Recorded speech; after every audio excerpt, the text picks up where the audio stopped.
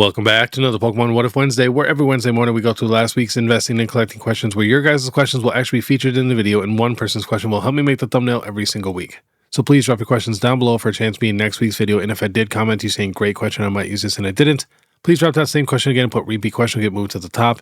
And I'm not saying I'm some guru who just knows everything, but when I'm unsure, I always like to talk it out with a few people. It always helps me make my final decision.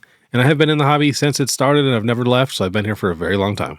And we do have to give thanks to our video sponsor real quick, and that is METATCG. If you guys have a bunch of bulk laying around and you guys want to trade it in for some super rare cards or a bunch of cash, or you even get more if you turn it in for store credit, definitely check out METATCG. They're located in Arlington, Texas, and it is so easy to fill up the Pokemon bulk submission. You just click it right here. You literally write down exactly how many cards you have of each thing. All the cards do have to be near mint. They even have a video showing you how to package up everything. So definitely check that out. I'll have all the links in the description. Then, of course, you guys want to try out PSA for your first time, click the link, use the code BEER25, get $25 off. They did close down the lower tiers, though, and Tag did the same thing. But if you guys want to try the higher tiers, you can click the link, use the code BEER10, you'll get 10% off your first submission. And I just got a VAULTX affiliate. I believe the code is BEERDX25, and you guys will get 10% off your first order. And I will be in Irvine, California this weekend with Coop and Beard Dad, Vending with all my life-size statues, so definitely swing by. You can use the code POKEBEARD to get $5 off your tickets. All right, first question is from @TPokePulls. The PSA grading situation, I'd love to know your thoughts. Them getting rid of the value tiers to catch up seems kind of backwards. Leaving the tiers open with faster turnaround time seems like it would put more pressure on them to pump out orders even faster. It also sucks to feel like people are priced out now with $80 a card being the cheapest option, and Tag did the same thing. $149 is the lowest option. Thoughts on this, and what do you think it'll do to the slab market? So, I don't really think it's backwards. They were just getting literally so many regular submissions to where they'll never get that many of like the faster tier submissions. And it's the only thing they can do without just shutting everything down. And people are acting like this is a brand new thing. We had, stuff like this happen during COVID too, where, I swear we had some wait times that were over a year during COVID. Yeah, it does really suck because that is just so expensive now to get your cards graded. You guys can always try BGS and CGC. I'm working on an affiliate CGC link right now. I should have it in the next week or two. They're pretty slow to responding, so I'm trying to work with them because they don't even have an affiliate program, so I'm going to be like the first one to do it. But I'm going to try to get you guys a discount for that also. But yeah, now might be a time to try out some of the other grading companies because, yeah, it's a long wait and very, very expensive. But they are putting a ton of money into PSA. I don't remember the amount, but it was a ton, and they're going to be hiring a ton more people and getting a new facility. So they will eventually get caught up, and we will get these lower tiers again. But that's what happens when the Pokemon market is just that hot. And, same thing with Tag. They were only able to grade so many cards because, they're a smaller operation. And, yeah, they can't keep up. So instead of just taking more orders in, they paused it, which is honestly smart. So that way they can get caught up and expand and, they'll be ready to rock. And then, too, we don't even know how long it's going to take till we get our regular tiers back because they could push it back even further and stuff. So, hopefully it doesn't take forever. But yeah, that does suck. I actually had a big stack of cards that I was going to grade very, very soon with Tag and PSA. So, might be holding on to that a little bit longer. I might do a couple of the bigger tiers for some of the bigger cards. That's when it does kind of make sense, especially if you are like trying to sell them right away. Or if it's just a card you've been waiting to get a PSA 10 in your collection for years. But yeah, sending, 100 cards at those tiers is so much money. But now let's actually talk about the market. I actually think it's going to make graded cards more expensive, especially anything from here on out. Like all the newer stuff that cannot be in that lower tier. You got to think, not as many people are going to get cards graded, especially if it's not like the top chases in the set. Just picture your like average illustration rare from a set. Before, a ton of people get that graded. But now, since it's so expensive, you might just have a few people get it graded, and they're going to be asking a premium. So that is definitely one thing you got to think about. But yeah, crazy times, man. The market is just insane. Next is from Robert Bubek. What are your thoughts on the Southern Island set? I have a few of the Japanese cards, but I never hear about them anymore. Were they the first set that did reverse holos? So they do predate Legendary Collection reverse holos, especially in Japanese. But yeah, these cards are beautiful. If you guys do not know about the Southern Island set, there's barely any cards. Like we're talking, I think 18 cards total. But one of my favorite things about these cards is these are one of the first cards where they actually have connecting artworks. Like you can see, the Pidgeot wing right here on Mew, and you scroll down, and there's a Pidgeot wing. So, and then you can see the Mew tail and stuff. So they all connect, and even the binder that goes with them actually shows them all connecting too. So super, super cool. Getting pretty expensive for English. Mew's up to $400 now. That's crazy. I used to buy those for, honestly, 25, 30 bucks. But it is a super, super fun set to complete, and I'm happy they're finally getting some love. Let's click on the Mew. Has a pop of 20 in a 10 and 489 in a 9. It never sells in a 10. We got a sale in a 9 at $3,339. So very, very expensive. But yeah, like I said, small set. Now it's getting a little tough to complete, but still not that bad. I mean, compared to any regular new set, it's not bad, and we're talking very old cards. But yeah, definitely some of the best cards we've ever gotten. Next is from JMYN2LW.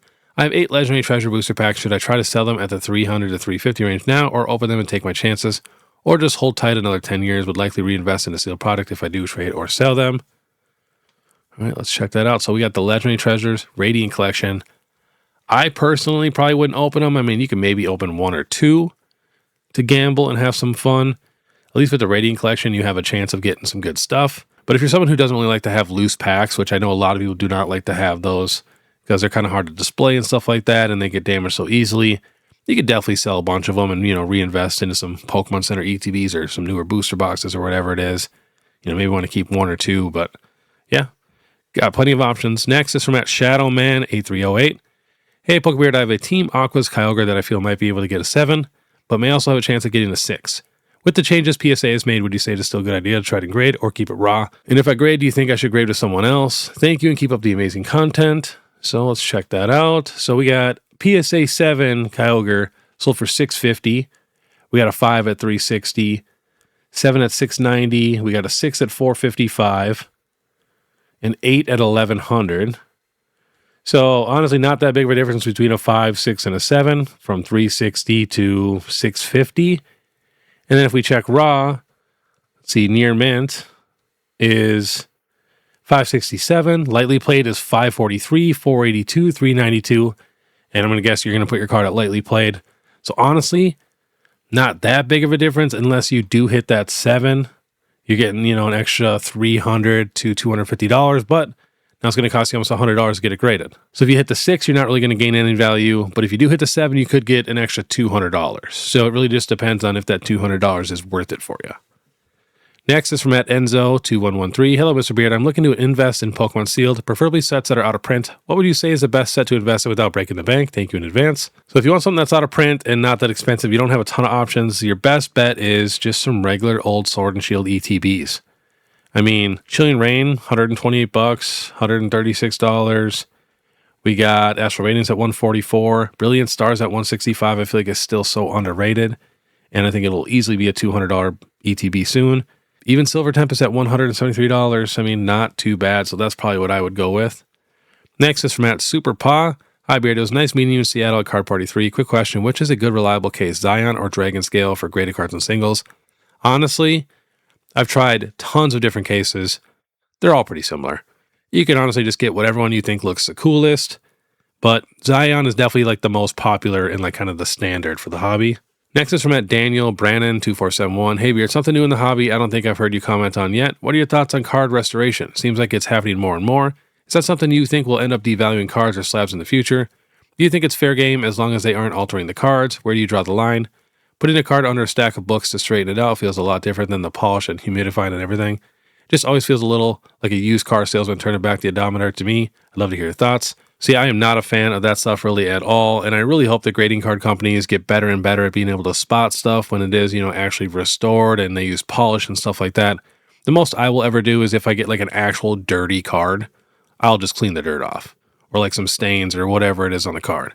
But that's the most I'll do, and maybe flatten out some cards if they got a really bad curve. But yeah, if the graded card companies got better at that, it would definitely help a ton because not nearly as many people are going to get them graded. But then you still have to worry about raw cards, which does suck. I've even heard of people taking like blue colored pencils and like taking the actual tip and shaving it down and like sprinkling the powder on all the corners so it gets rid of the whitening and stuff like that. It's just crazy. So yeah, I would not recommend doing any of that. Like I said, the most I would do, flatten a card maybe if the curl, bugs me, and then wipe off like actual dirt. Yeah, there's just so many old cards, especially when I'm vending and people bring me a ton of stuff that I see that has like actual dirt on it that you can actually feel the dirt on there, and that stuff just wipes right off.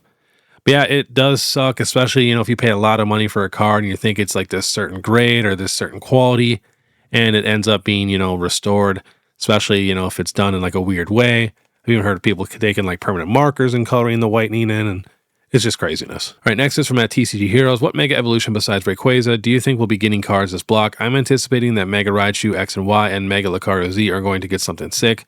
Also hoping for something more Mega Baxcalibur. The one I'm most excited for is the Raichu X and Y. I really feel like they're going to do something super, super cool with those cards. And I think Mega Lucario Z will also go hard. But honestly, those are my top 2 favorites that I've been waiting for, especially the Raichus. All right, next is from Nick Rose. Question, would you trade 3 Surging Sparks booster boxes, 2 Chaos Rising PC ETBs, 1 Ascended PC ETB, and a Chaos Rising booster box for a case of Prismatic ETBs? So I don't think I would do that. That 1 Ascended PC ETB, in my opinion, is just so much better than everything else in that entire list. And I feel like that even has a small chance of beating the case of Prismatic ETBs by itself. It's possible, not saying it's guaranteed. Plus, you're getting a ton of other stuff, plus more PC ETBs. So I would probably hold on to the booster boxes and PC ETBs. Next is from Tom Elliott. What is a post-anniversary typical market like, and what is different this time? So what's different this time is there's just way more people in the hobby, but you know, stuff can definitely still drop. Like I said, it always just depends on, you know, our upcoming sets. Like we got a nice Rayquaza set coming up soon. But if we get that and we have nothing else planned and we get Gen 10 and people hate that, the market can definitely cool off. People act like it's physically impossible, but it can definitely happen. All it takes is just a few, you know, not so crazy sets and nothing really to look forward to in the future, and Pokemon can definitely cool down a little bit. And then, yeah, when I'm talking about like there's so many more people in the hobby right now, if you really compare like the COVID market to this market, it's almost not even close. You got to think, we never even had every booster box over like $120 or $125 in that Sword and Shield boom. And literally every booster box is like $200 minimum for everything. So, I mean, it's just not even close. So I can't see it dropping as much as it did for Gen 9. And I really do feel like Pokemon might have learned their lesson from that. And I do think they're going to keep, you know, popping out banger sets. Like, I can't see them doing what they did with the Scarlet and Violet to where, like, every single set, like the first 4 or 5 sets was just like 90% Generation 9. I mean, even Paldea Evolved, every single SIR is Generation 9. And a lot of people did not like that. So I have a feeling Pokemon is going to sprinkle some other popular Pokemon in there just to keep, you know, everybody happy. There's a reason Pokemon is the #1 media company on the planet. I mean, they know what they're doing. Next is from House Groove. Hello, Beard. When vending a show, how do you decide what to pull from your collection for your table? So I don't really sell too many things from my collection ever.